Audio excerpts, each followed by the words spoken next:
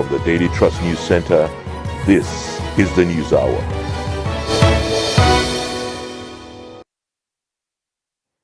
On News Hour tonight,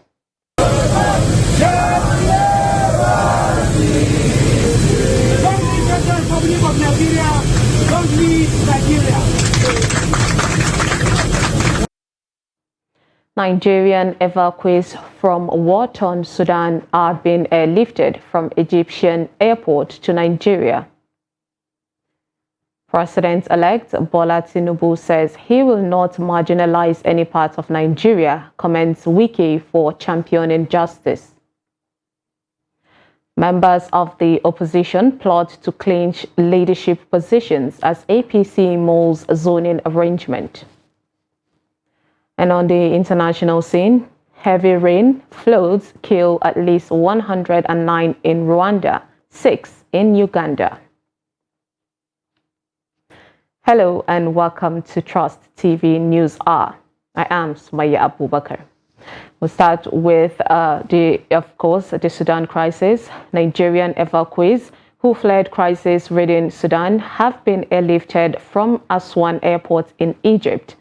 Nigerian Air Force plane NAF C-130 and an aircraft belonging to Air Peace with capacity of 274 passengers were earlier scheduled to depart by 1 p.m. Nigerian time, but did not. The Egyptian authorities had insisted that all the evacuees must leave their soil at once. Sources told Daily Trust that the evacuees were allowed into the Egyptian airport between last night and early hours of Wednesday. Eventually, extra passengers were added to the NAF aircraft without their luggage. Abike Dabiri Erewa, chairperson of the Nigerians in Diaspora Commissions, NIDCOM, later tweeted a video of the returnees. Our reporter, Noel Sampson, is at the Nnamdi Azikiwe International Airport, where the evacuees are expected to arrive, and he sent in this update. This is Nnamdi Azikiwe International Airport, Abuja. We are awaiting the arrival of the first batch of Nigerian returnees from Sudan. Report says the first flight C-130 plane has just taken off, and the estimated arrival time is 11:40 p.m. Nigeria time. And the aircraft will park at NAF GAT hangar here at the airport. From Nnamdi Azikiwe International Airport, Noel Sampson, Trust TV News, Abuja. President-elect Bola Ahmed Tinubu has promised to work for the growth and even development of the country without marginalizing any part. Tinubu made this known in Port Harcourt, the Rivers State capital, where he is on a 2-day visit to inaugurate projects executed by the Nyesom Wike administration. The report. Tinubu praised Governor Wike for the developmental strides in Rivers State, particularly the 12 flyovers constructed across the capital city, saying posterity would kindly remember him. He said with his accomplishments in the state, Nigeria would need the outgoing Rivers governor in higher capacities. The 12 flyover and the demand you made for reform. I owe you nothing. It's your road.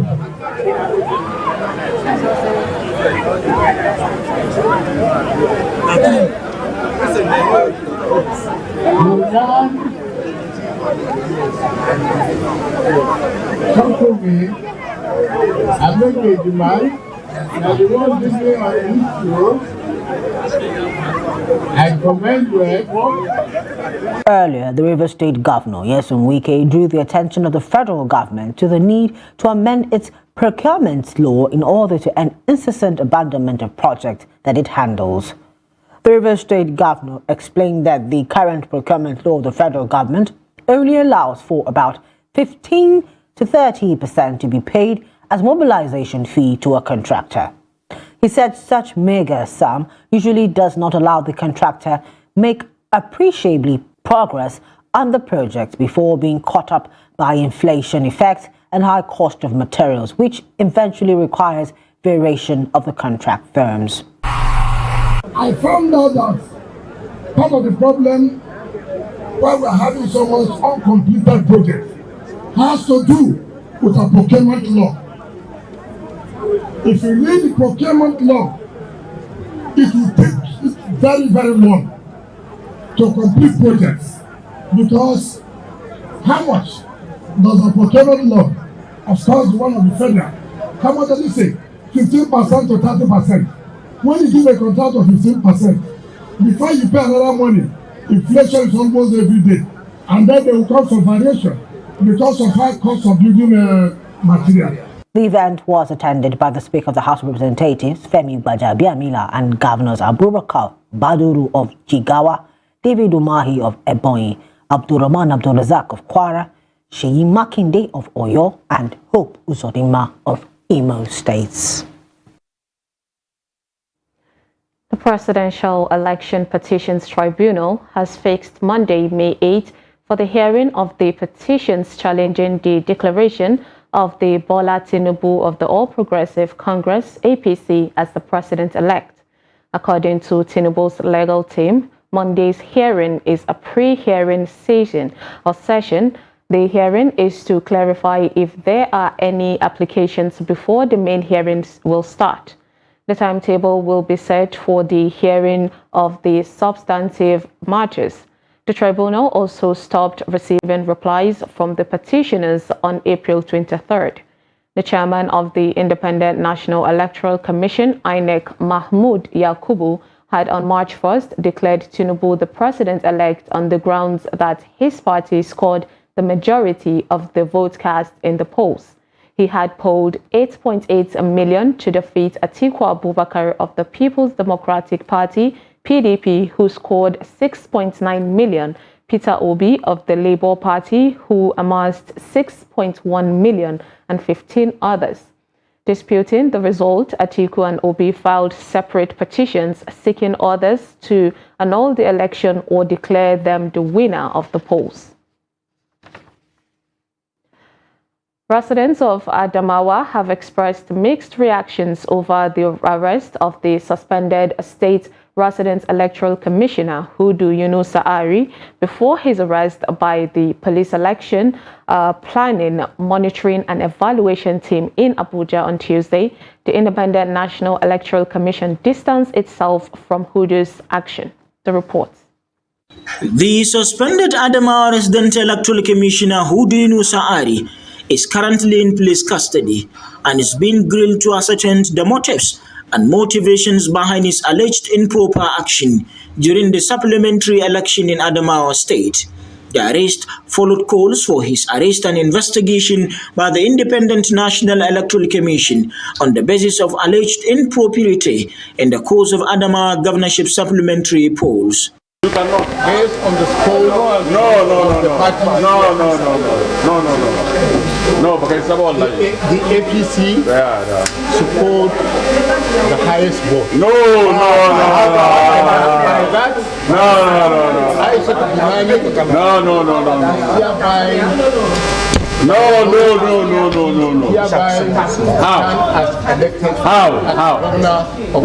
How? Thank you very much. How?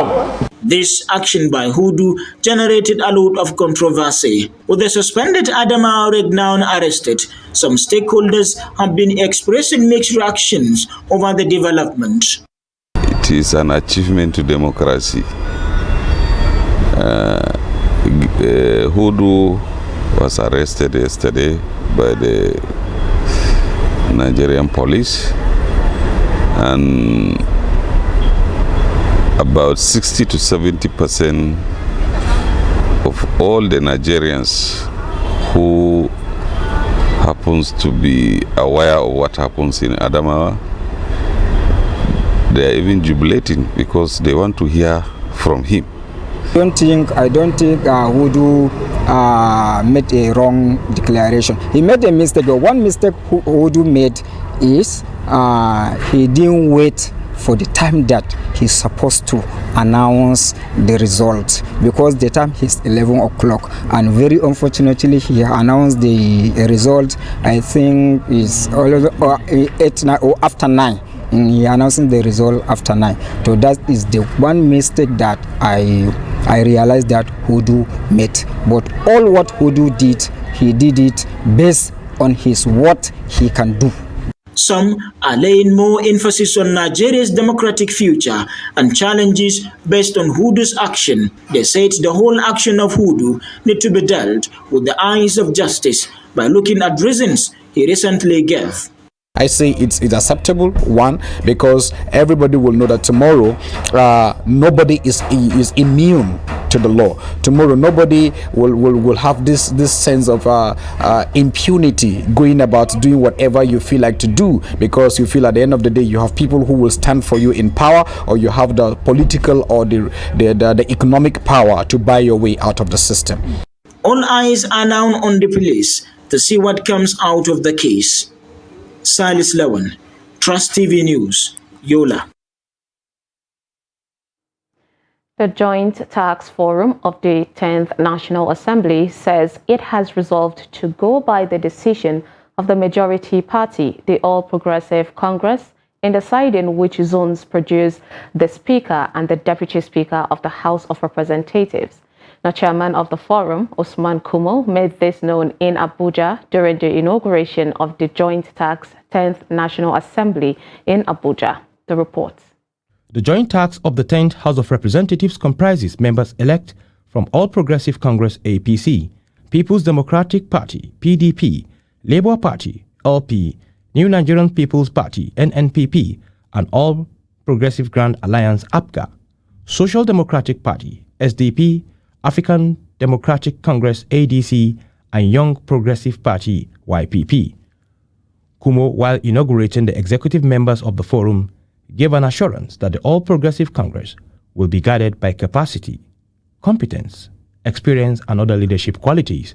It is a combination of erudite, responsible, and responsive members-elect who believe in the Pan-Nigerian project that will bring ourselves together to ensure the right thing is done, and we usher in credible, responsible, capable presiding officers to lead the 10th National Assembly and observe the parliamentary best practices in the world. Secretary Forum, a member-elect Aliyu Madaki, assured the public that the 10th House will not be a rubber stamp, one as they will be productive.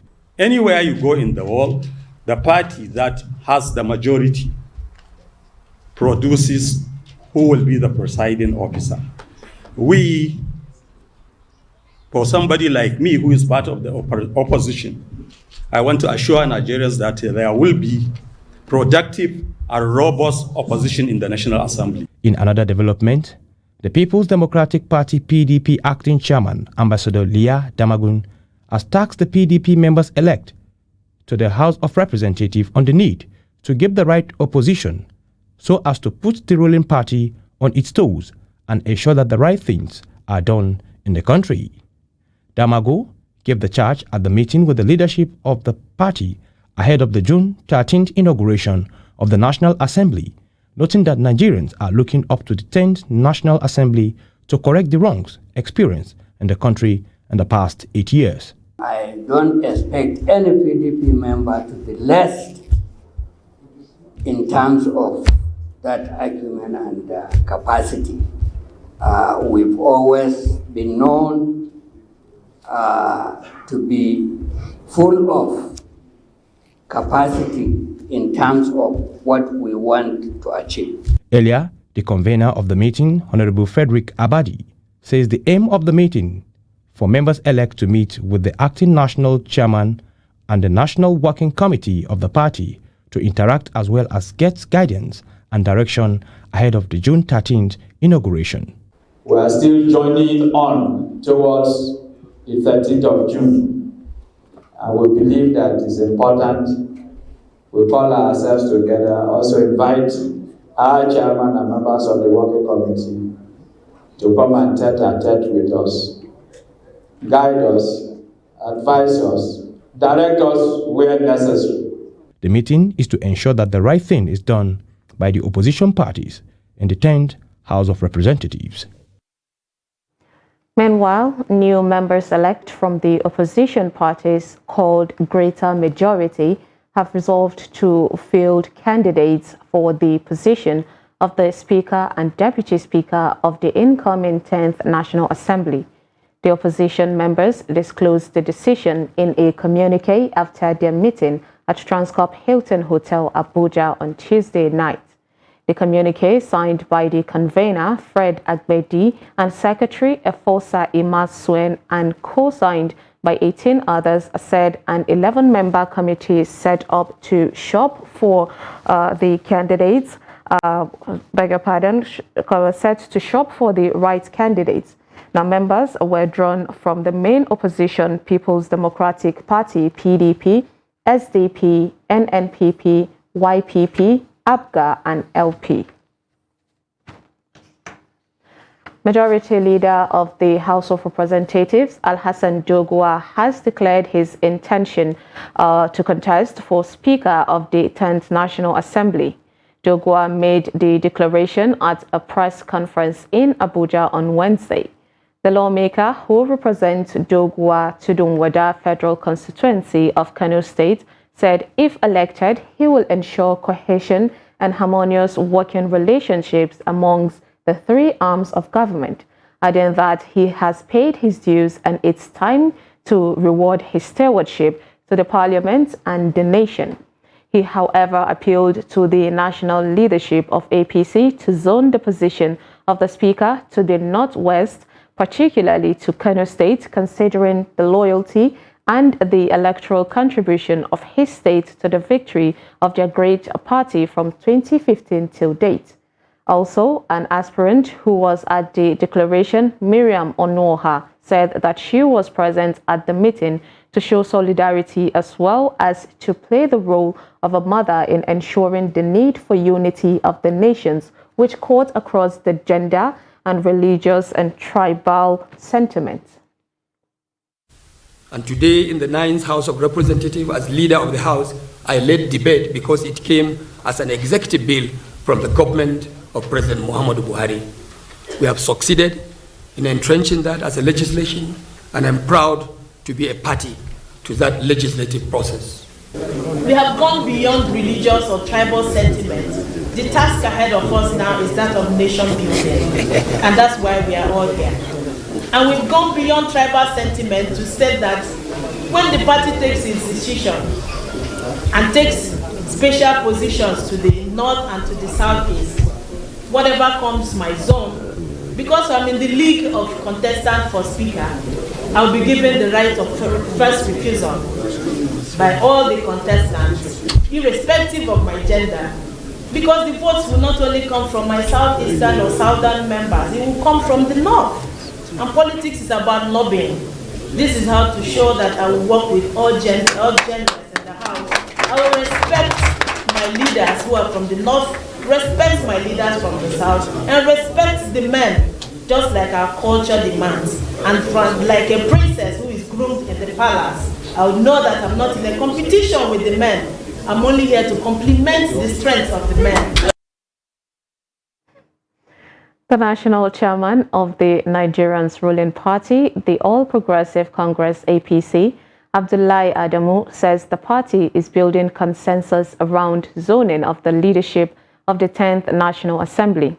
The chairman says this on the sidelines of the National Working Committee meeting of the party convened to deliberate on burning issues raised by the APC National Vice Chairman Northwest, Salihu Lukman. Now, Trust TV's Shafil Suleiman reports. There has been an easy calm in the national leadership of the APC since Lukman drags its national chairman Abdullahi Adamu and the national secretary of the party Yola Omishere before a federal high court, challenging the party's leadership for not convening quarterly meetings of the National Working Committee NWC since assumption of office.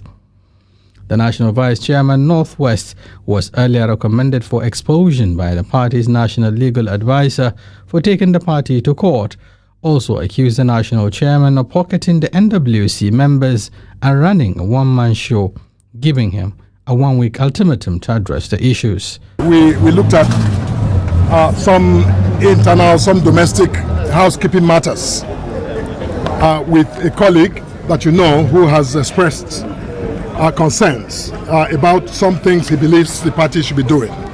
After 5 hours deliberations on the burning issues raised, the NWC came up with the following resolutions. We have intimate consultations with our brother here, the National Vice Chairman, Northwest, Comrade Lukman Salisu Mohammed, on issues that they are aware of, like the Legal Action Institute and some other publications credited to him. And we are able to reach a resolution that this suit is going to be withdrawn unconditionally, and that he has rendered his unreserved apology for any seeming embarrassment that his suit or publication may have caused. Speaking earlier on the uncertainties surrounding the zoning of the 10th National Assembly positions, Abdullahi Adamu says the delay in taking the decision was to carry along the president-elect in taking a stance on the matter. We cannot stop those who are ambitious or zonal interests or even individual interests, institutional interests. We cannot deny them. And for as long as that is there, we have to find a way, persuasive manner of getting some level of consensus. And that's what we are working on. It's not a one-day affair. The All Progressives Congress won the just concluded presidential election, secured a majority of the parliamentarians at both the upper and the lower legislative chambers of the National Assembly. But the party is yet to decide on where the leadership should emerge based on existing zoning arrangement. Shapir Suleiman, Trust TV News, Abuja. The Senate has urged the government of the United Kingdom to grant former Deputy Senate President Ike Ekweremadu and his wife Beatrice clemency. The resolution of the Senate followed a motion on the matter at Wednesday's plenary moved by Senator Chukwuka Utazi. Senator Utazi pleaded for support from the Senate to urge the United Kingdom government to grant the former Deputy Senate President Ike Ekweremadu and wife pardon as they are first-time offenders.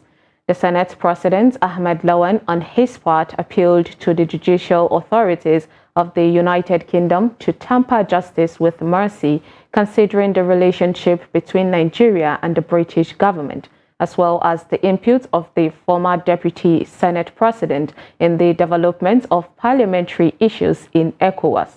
The final sentence on the organ harvest allegation case comes up on Friday, May 5th in the United Kingdom. On account of the good standing of Senator Ike Ekweremadu as his former Deputy Senate President for 12 years running, and as the former Speaker of ECOWAS Parliament, and considering the enormous contributions he did make in the development of democracy in Nigeria, West Africa, and beyond. Whereas these candidates were first offenders and do not have any previous criminal records, and considering that Ekweremadu was ignorant, that seeking out kidney donors was a crime in the United Kingdom, even applied to the British High Commission in Abuja for a grant of travel visa to the alleged donor, clearly stating in writing the purpose for the travel visa. Let me conclude by seeking tempering justice with mercy by the British judicial authorities, that when it comes to the sentencing, it should be considered that this is the first time ever that the Zungu Senator Ekweremadu will be facing this kind of situation. And this is also should be seen in the light of the relationship between our parliaments, our governments, and our nations.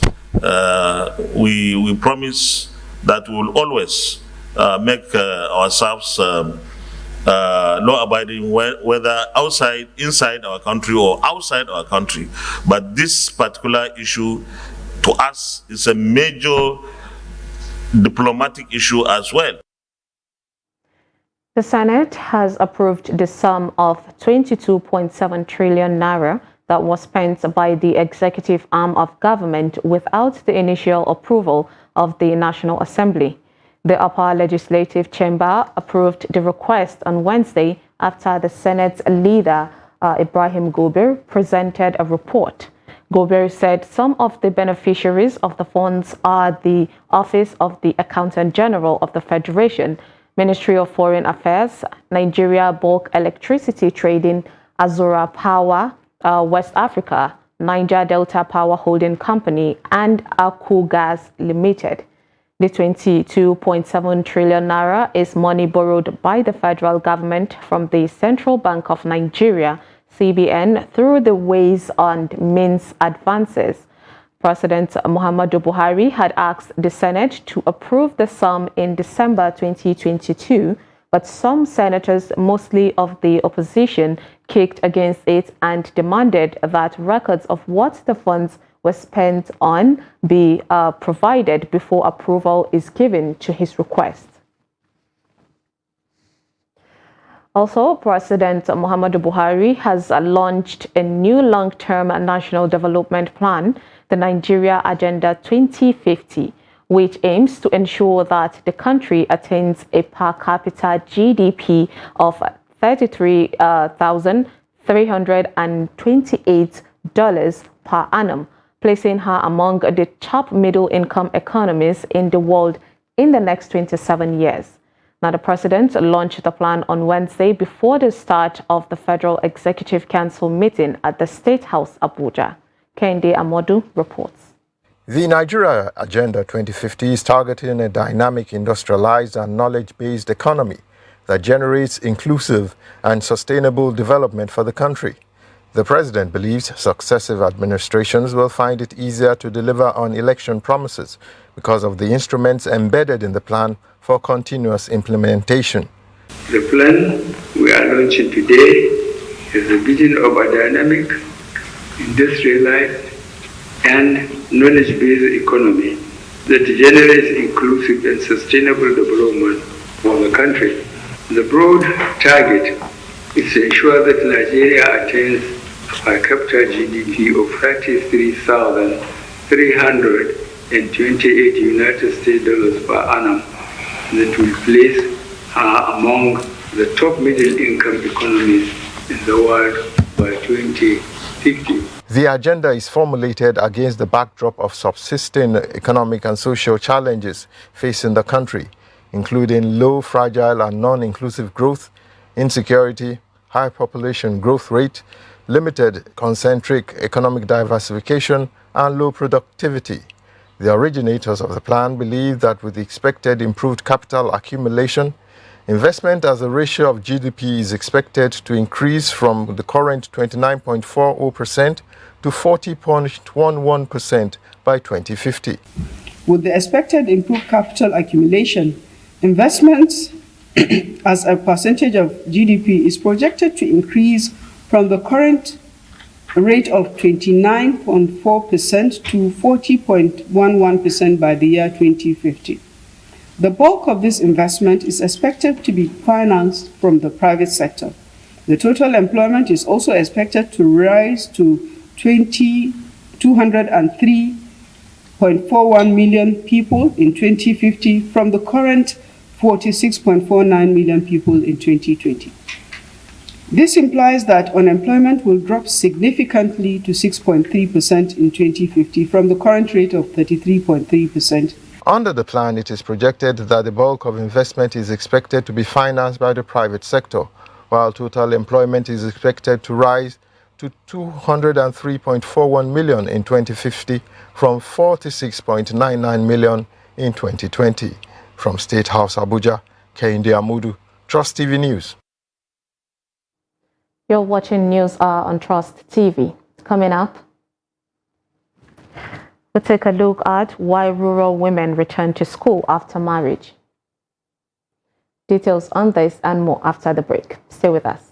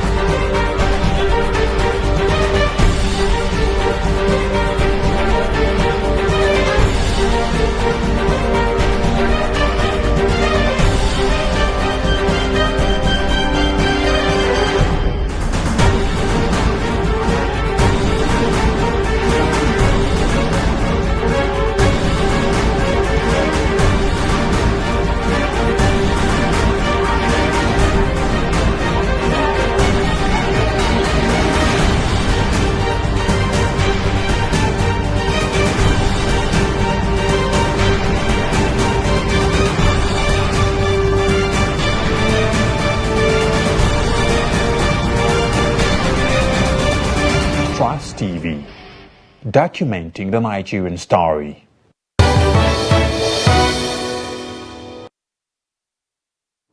Welcome back. If you're just joining us, this is News Hour on Trust TV. And here is a recap of our top stories. We brought you Nigerian evacuees from war-torn Sudan have been airlifted from Egyptian airport to Nigeria. And President-elect Bola Tinubu says he will not marginalize any part of Nigeria and commends Wike for championing justice. Now moving on to more stories. Goods worth millions of naira were destroyed by fire at Bebeji Plaza in Gusau, the Zamfara state capital, where mobile phones and accessories are sold.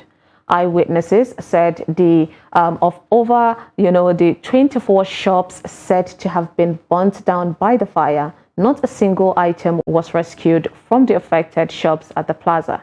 The report.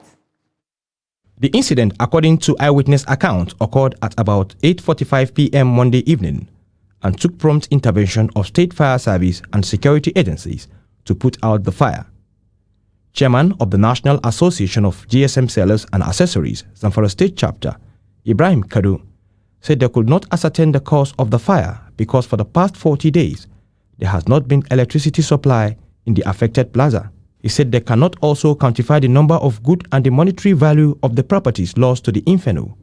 But according to him, goods worth millions of naira have been destroyed.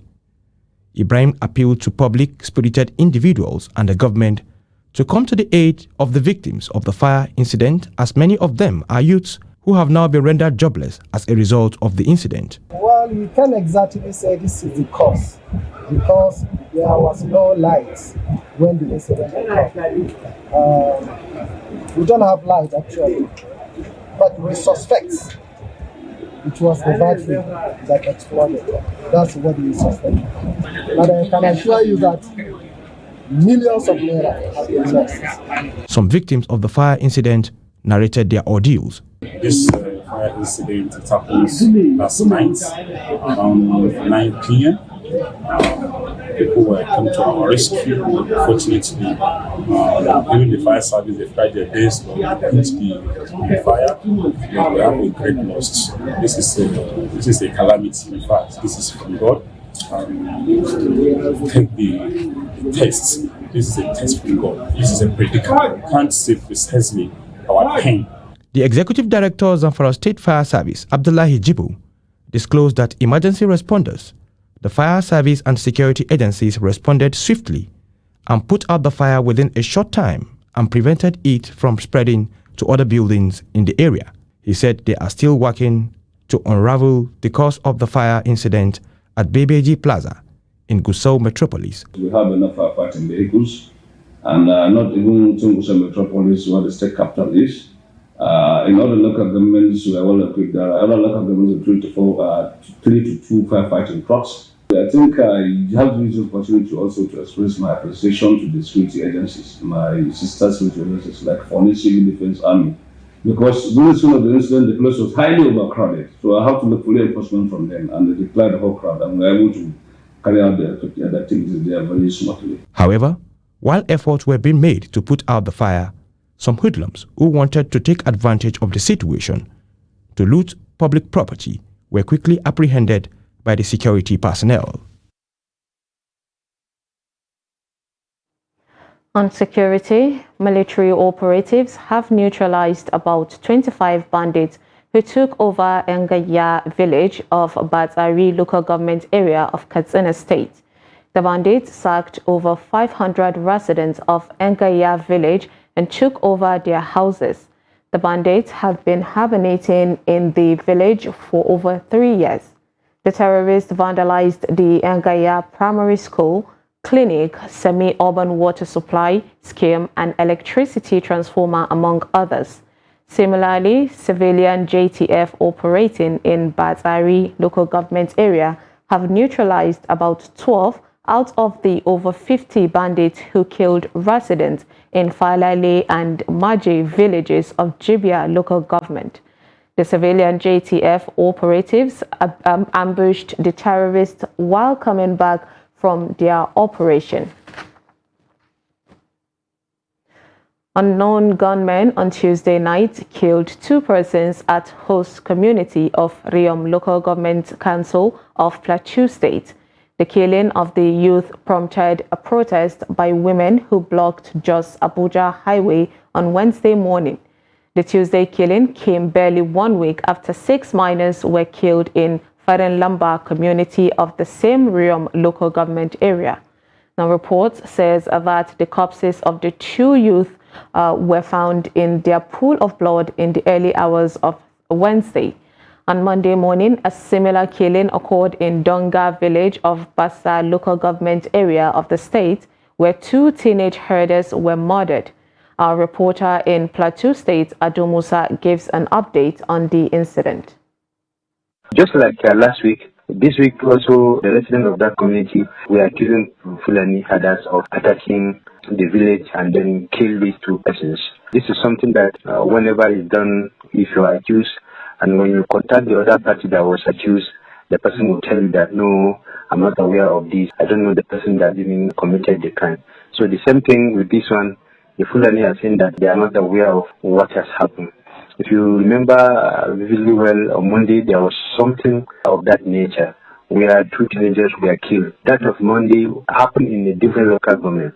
Remember what happened today was in Riom local government, because Hod community is in Riom local government area of the state. While what happened on Monday was in Bassa local government area of Plateau State, where the same Fulani were also accusing the farmers of attacking the teenagers and then kill them in their farms. We cannot completely say it was a reprisal attack, because what happened today is in Riom, and then what happened on Monday was in Bassa local government, even though they share borders, isn't it? But then again, the incident happened in different local governments. But all we know that for the past 2 months, there has been this attack and counter-attack between the farmers and the herders, particularly in Riom and Bassa local government area of the state. There is peace now because vehicles are now moving. Those who are going to Abuja or Nasarawa, that is from Jos, they are also passing. And those who are coming from Abuja or Nasarawa, that is coming down to Jos, they are also passing. So the road is free now. There is movement of vehicles from one place to another. Women of Mashigi at Kurmen Kaduna community, whose circumstances denied them opportunity to go to school, have now enrolled in a school to further their education.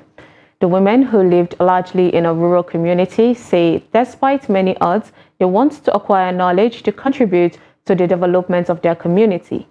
Trust TV's Bello Musa visits Mashigi community in Igabi local government area, where volunteer teachers use some classes in the only primary school in the community to teach the women. The report. This secondary school is run by the community volunteers to educate their members who are now struggling to learn basic communication in English language. Girls of this community are often married off at teenage age, a practice that terminates their hope to achieve their dreams like other girls in the city due to absence of secondary school in the community. I did not proceed with my education because we don't have a secondary school in our community, so I was married off. We did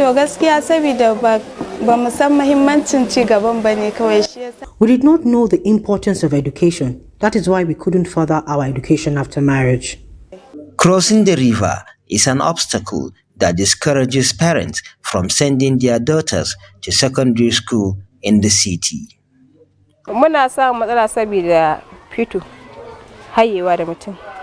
Crossing the river was a challenge. The canoe sometimes capsized, especially when it is overloaded with people. The fear discouraged us from going to secondary school.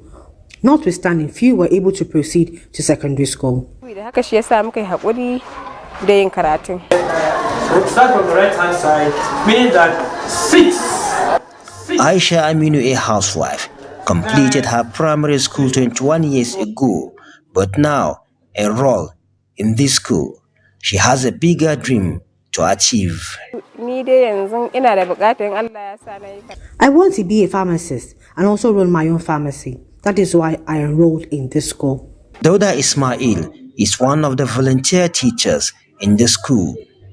When we sat down, we see that let us apply for the government to come and approve the secondary school here. For the first place, we start from the lesson, tutorial lesson. We organize those that we think that they can be able to handle JS1. We select them from our initiative, and we call and we gather different our elders, community leaders, religious leaders, and citizens. Yes, let us start with secondary school so that we should apply to the government that we have already opened the secondary school. We need their approval so that they should deploy their staff and take over. I advise women, especially those who got married early, to go back to school and also ensure their children go to school too. Educating girls is key to the development of the community.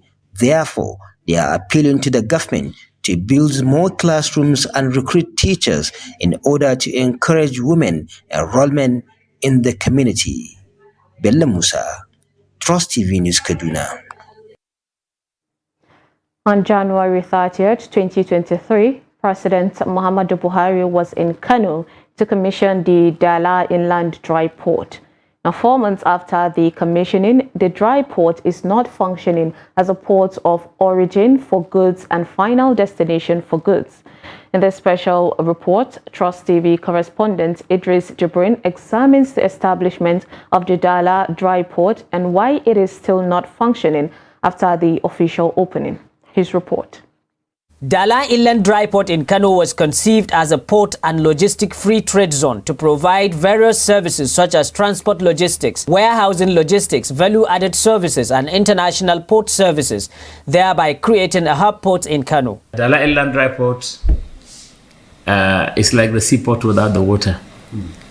It's an international port, a customs port, a port to which cargo could begin its journey, and export cargo could begin its journey to any location in the world, and also a port to which any cargo could be destined. Apart from creating international transport linkages, Dala Inland Dry Port is also expected to reduce cost of doing business and make businesses more competitive and sustainable. But the Kano port may seem far from achieving that. By having an inland dry port here in Kano, it means you are bringing the shipping services closer to the people. You see, if you have cargo, you are the hassles of having to carry your cargo from Kano to Lagos or Port Harcourt or any other seaport is removed. The federal government has recently declared Dala Inland Dry Port as a port of origin for exports and final destination for goods brought into the country via the nation's seaport. But Dala Inland Dry Port is threatened due to the lack of patronage by importers and exporters. Unfortunately, we feel that there's not much awareness to what we exporters tend to benefit when we use the dry port. And that's why you see that most of us exporters, we still stick to the old way we know. Dry port is believed to be primarily effective in the presence of rail lines, especially in terms of bringing cargoes from the seaport. Unfortunately, the Kano-Kaduna Railway, which is to serve this purpose, has not been completed. The railway, which was supposed to have covered everything, was abandoned. And I always like to say this story. Before President Muhammadu Buhari came in to do the Rail Revolution project, the rail development was abandoned since 1964. They keep telling me that they are going to use rail systems to move the goods. But I know that the rail system now is not too that effective. And more again is that what they are charging is really on the high side. But the Nigerian Shippers Council believes that a dry port can still function with or without railway, provided that the shippers are adequately sensitized. Very soon we'll do an enlightenment for importers and exporters in collaboration with the Dala Inland Port to enlighten the importers and exporters on the advantages of using the port here. For many, the commissioning of Dala Inland Dry Port in Kano has been done in a hurry. Perhaps this explains why this place is poorly utilized at the moment. The question is whether Dala Inland Dry Port is a project dead on arrival. Idris Jubrin, Trust TV News, Kano. No fewer than 324 property belonging to the Kano State Pension Fund trustees have been recovered by the Economic and Financial Crimes Commission. The anti-graft agency also secured the final forfeiture of the property suspected to have been acquired by the proceeds of looted funds.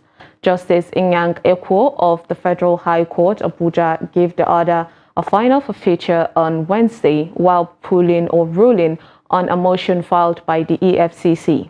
The EFCC had, while seeking the final forfeiture, said the property were reasonably suspected to be proceeds of unlawful activities of Kano State Pension Fund trustees. Speaking after the ruling, the spokesman of the commission, Wilson Uwajarin, said majority of the property are located in the highbrow areas of Kano metropolis.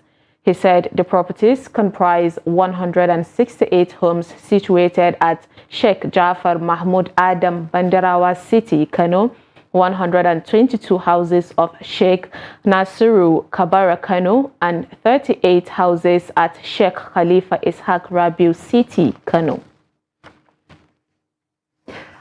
Media practitioners across the country are lamenting poor working environment, welfare packages, and lack of security for practitioners. About 30 years after the World Press Day was set aside to push for a free press. Now, in Benue State, our reporter spoke with some serving and retired media practitioners. The report. According to a Makurdi-based veteran journalist, the media has always done what is best within its mandate for the society. Citing the Nigeria example, he says the organized media plays a key role in Nigeria's democracy. But the media in Nigeria has tried. It was the media that sent the military regime packing Babangida, who were in the forefront. There are a lot of interests that the government will not allow you as journalists to expose them.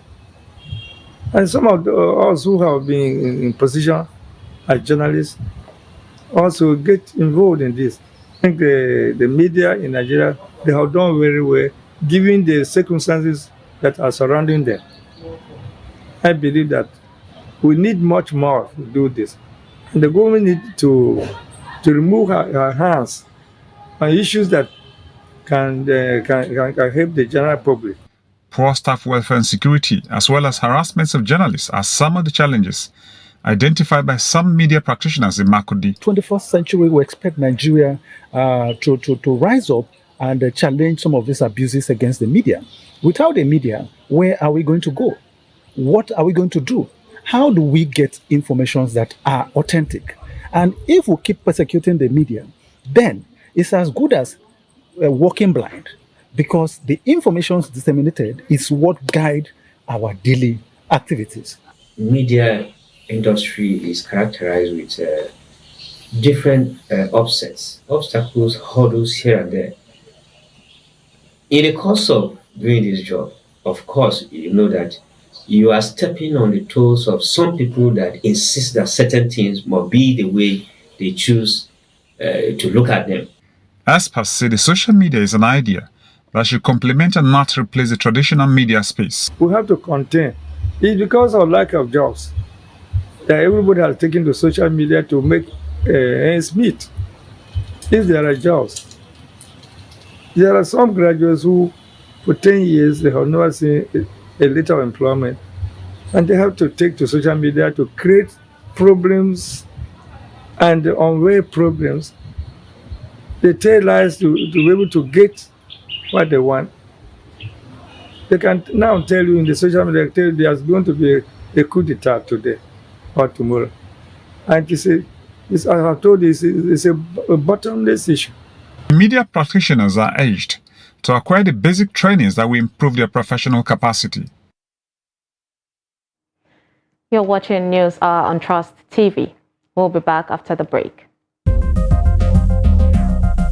This is Trust TV, documenting the Nigerian story.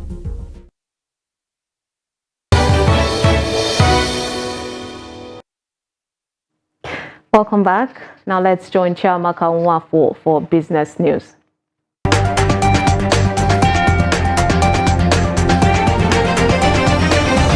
The federal government on Wednesday passed a nationwide blockchain policy. Communications and Digital Economy Minister Issa Pantami made the announcement shortly after the weekly meeting of the Federal Executive Council FEC chaired by President Buhari in Abuja.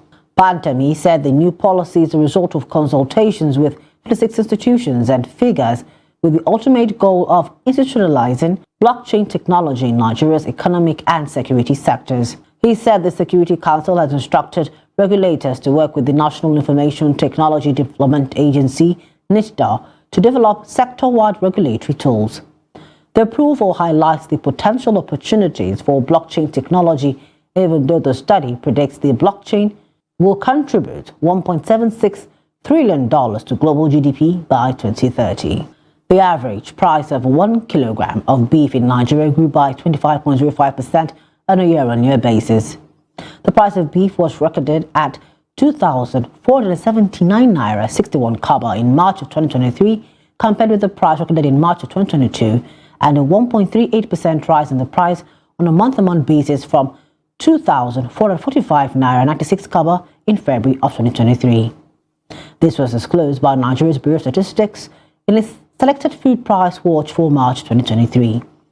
Meanwhile, the average price of 1 kilogram of beans brown rose by 13.13% on a year-on-year basis from 527 naira 66 kobo in March of 2022 to 596 naira 96 kobo in March of 2023. And finally, a federal high court sitting in Abuja has granted leave to the Advertising Regulatory Council of Nigeria, ARCAN, to serve a writ of summons on Meta Platforms Incorporated, owners of Facebook, Instagram, and WhatsApp platforms. The court granted the application in ARCAN's 30 billion naira suit pending against the company. The order allows the writ to be served at Meta's corporate headquarters in the United States. In October 2022, ARCAN sued Meta and its agent, 83 Resources Limited, for showing unapproved advertisements to the Nigerian audience. The Advertising Council is seeking an order of perpetual injunction restraining the defendants, their previous agents, servants, and associates from publishing any advertising or marketing communications material without recourse to ARCAN in line with the country's advertising law.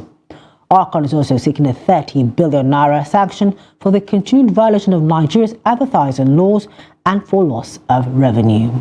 And that's it on Business News. I am Chiamaka Nwafo.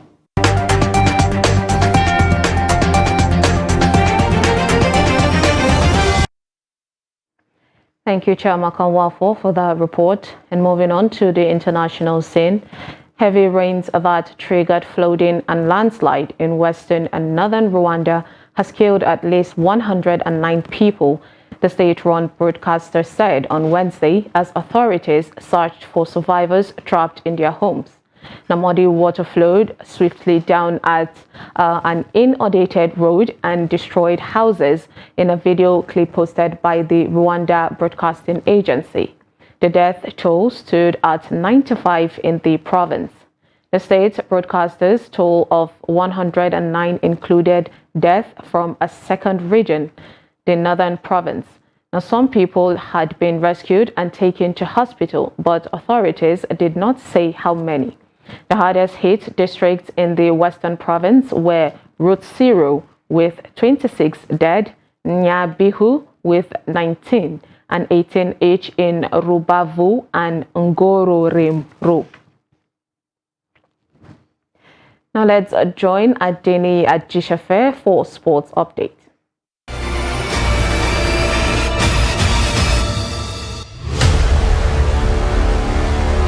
Morocco earned 3 points to reach the quarterfinals of the Africa Under 17 Cup of Nations after Golden Eagles Tochukwu Ogbuji scored an own goal as early as the second minute in the match. Eagles created chance after chance but pathetically lacked precision in front of goal. Morocco had earlier down South Africa's Amajimbo 2-0 on the opening day. Golden Eagles will play South Africa on Saturday, with victory being an imperative in order for them to be assured of qualification to the last 8. In basketball, Joel Embiid of Philadelphia 76ers has been named as NBA's most valuable player for 2022-2023 season. The Cameroonian center picked up 73 first-place votes, with two-time MVP Nikola Jokic of Denver Nuggets coming second with 19 votes, while Giannis Antetokounmpo of Milwaukee Bucks came third. Embiid won his second consecutive NBA scoring title in the regular season, with a career-high season average of 33.1 points per game. Embiid is only the second African basketball player to be crowned MVP after Hakeem Olajuwon did the 1993-1994 season. The six-time All-Star Embiid missed Sixers last 2 games with a new ligament sprain, including Monday's win over Boston Celtics in the first game of their Eastern Conference semifinals. That's Sport News. I'm Adeniyi Ajisafe.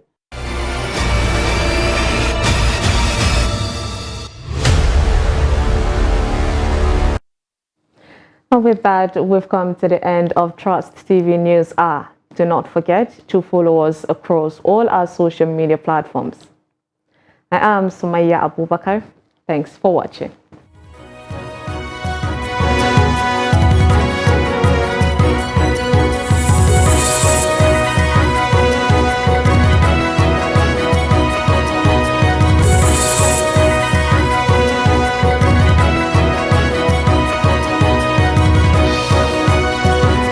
From the Daily Trust News Center, this is the News Hour.